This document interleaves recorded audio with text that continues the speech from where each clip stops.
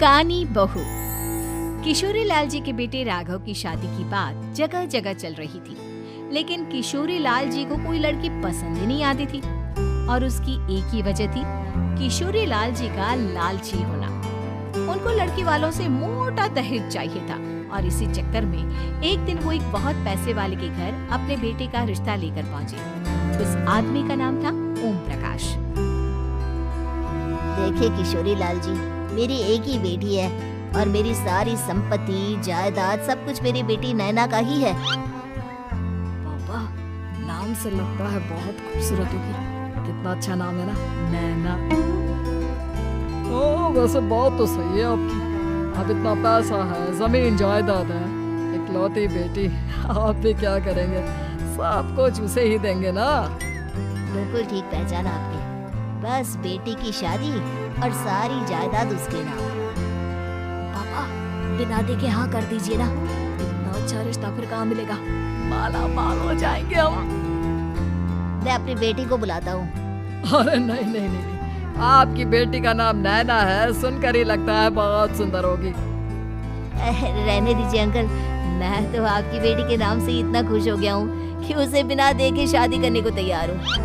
अब तो मैं उसका चेहरा सीधे शादी के बाद ही देखूंगा।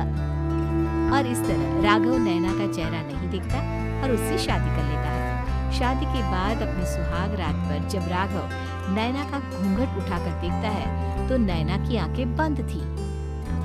कितनी खूबसूरत हो तुम नैना, जरा अपनी आंखें खोलकर मेरी तरफ देखो तो सही। नहीं, मुझे शर्म आती है। अरे, मैंने तुम्हें शादी से पहले भी नहीं देखा और अब अगर तुम आंखें खोलकर मुझे देखोगी भी नहीं तो मुझे अच्छा कैसे लगेगा? इससे पहले कि नैना अपनी आंखें खोलकर राघव की तरफ देखती, अचानक से लाइट चली गई और राघव नैना को पूरी तरह से देख भी नहीं पाया। अगली सुबह नैना राघव के लिए नाश्ता बनाकर लेकर आई। अरे ये क्या, आधा पराठा सेका हुआ है और आधा बिल्कुल कच्चा। ये तुमने क्या किया नैना?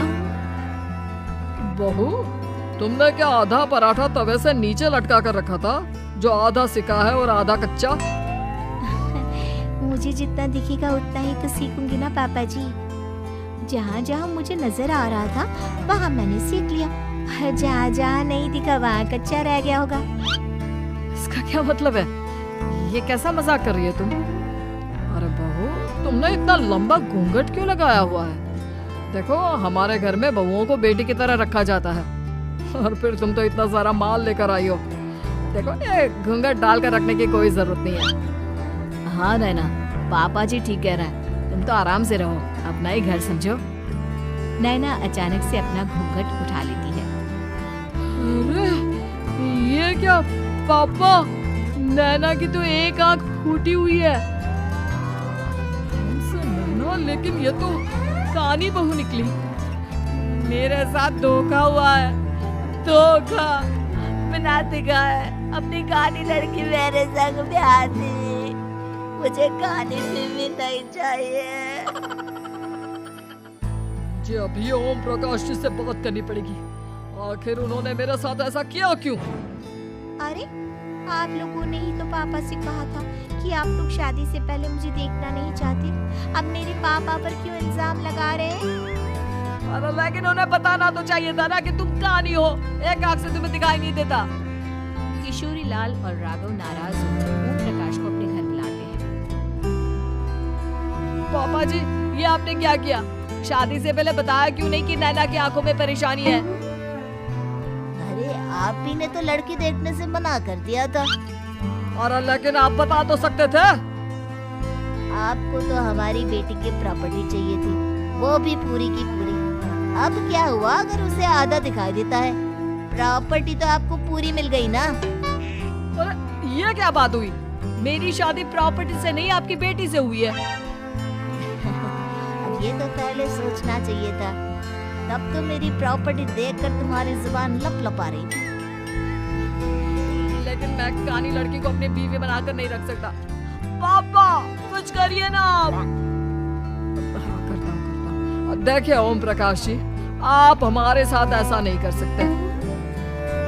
और तुम देखो, अगर तुमने मेरी बेटी से शादी तोड़ी ना, तो जो भी प्रॉपर्टी मैंने तुम्हें दी है वो तो पूरी की पूरी वापस ले ही लूंगा, और आधी प्रॉपर्टी तुम्हारी भी लूंगा। अरे मेरी आधी प्रॉपर्टी भला क्यों लेंगे आप? इसलिए क्योंकि मेरी बेटी को आधा नजर आता है और उसकी नजर अभी तक तुम्हारी आधी जायदाद पर ही पड़ी है। अब तुम उसे घर से निकालोगे तो कुछ तो लेकर जाएगी ना। और अगर हम आपकी बेटी को अपने घर की बहू बना कर रखे तो तुम्हारी पूरी प्रॉपर्टी तुम्हारी ही रहेगी, और जो मैंने तुम्हें दिया है ना, उसमें से बस मैं आधा लेकर जाऊंगा। अरे लेकिन अब आप अपनी दी हुई प्रॉपर्टी में से आधी वापस क्यों लेकर जाएंगे? अगर मैं आपकी बेटी को अपनी पत्नी बनाकर रखने को तैयार हूँ तो? इसलिए ताकि भविष्य में अगर तुम मेरी बेटी को धोखा दो तो उसके पास कुछ तो रहे जो पति का हो। मेरे पास तो बहुत कुछ है, लेकिन अपने पति की कोई निशानी तो उसके पास होनी चाहिए ना। अब अगर तुमने मेरी बेटी को कहानी कहा तो तुम्हें प्रॉपर्टी भी कहानी ही मिलेगी, पूरी नहीं। जमाए राजा। किशोरी लाल और राघव समझ चुके थे कि वो पूरी तरह फंस चुके हैं और अब उनके पास वहाँ से निकलने का कोई चारा नहीं है। अब समझ में आया ना, लालच बुरी बला होती है। एक तो तुम्हें प्रॉपर्टी मिली, ऊपर से बीवी मिली, उस पे तुम्हें नखरे भी दिखाने हैं। आए बड़ी, चुपचाप बैठो तुम। कुछ दिनों के बाद नैना राघव की कार लेकर बाजार घूमने निकलती है और जब कार लेकर वापस आती है, ये क्या? एक तरफ से मेरी गाड़ी पूरी खराब हो चुकी है। लगता है तुमने मेरी गाड़ी को किसी दूसरी गाड़ी के साथ एक्सीडेंट किया है। अरे कितना बड़ा नुकसान कर दिया तुमने बहू। क्या है ना पापा जी, मुझे एक आंख से दिखाई नहीं दे रहा था, सामने से गाड़ी आ रही थी, मुझे तो सिर्फ आधा ही दिखाई दिया और वो गाड़ी मेरी कार से रगड़ते हुए निकल गई। अब मैं क्या करूं बताओ? आप इसे ठीक कराने के पैसे कौन देगा? तुम्हारे पापा? तुमने मुझसे इस तरह से बात की? अभी रुको। नैना राघव की शिकायत ओम प्रकाश को कर देती है। देखो राघव, अब जो मेरी आधी प्रॉपर्टी तुम्हारे पास थी ना, उसमें से आधी और मैं लेकर जाऊंगा, क्योंकि तुमने मेरी बेटी को डांटा। अरे नहीं पापा जी, गलती हो गई, माफ कर दो। गलती की तो कोई गुंजाइश ही नहीं। अगली बार मेरी बेटी को डांटा तो बची हुई आधी में से आधी और ले जाऊंगा। लालच के चक्कर में हम दोनों ने बहुत बड़ी गलती कर दी बेटा।